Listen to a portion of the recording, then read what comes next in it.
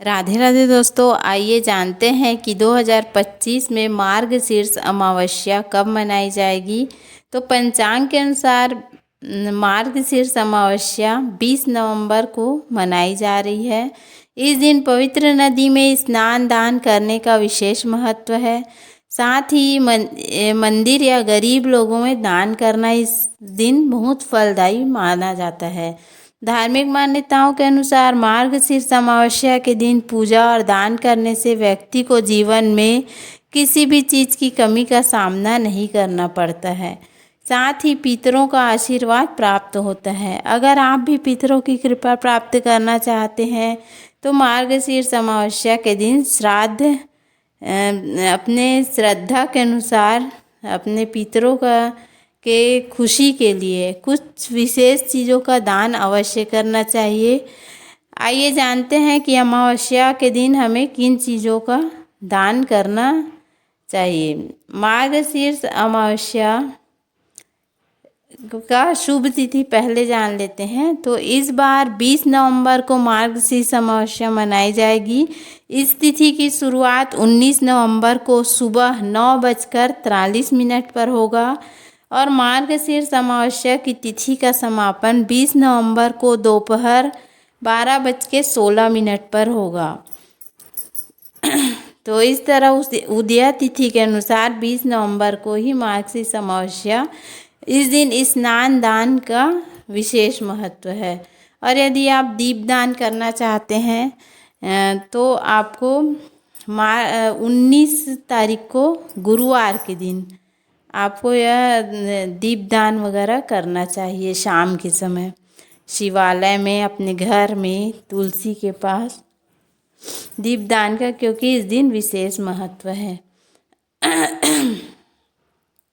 मार्गशीर्ष अमावस्या के दिन कुछ चीज़ों का दान विशेष फलदायी माना जाता है। तो आइए जानते हैं कि कौन कौन से चीज़ें हैं।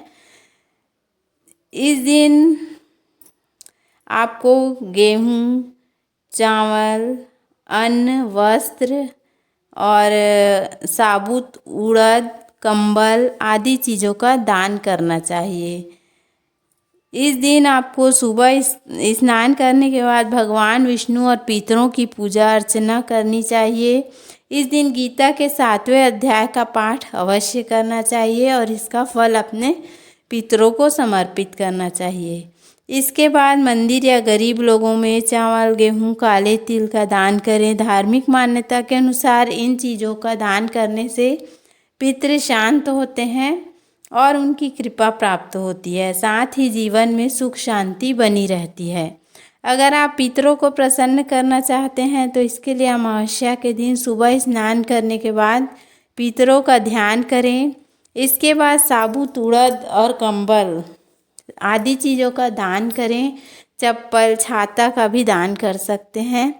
ऐसा माना जाता है कि इन चीज़ों का दान करने से राहु और केतु के अशुभ प्रभाव से छुटकारा मिलता है, साथ ही शुभ फल की प्राप्ति होती है।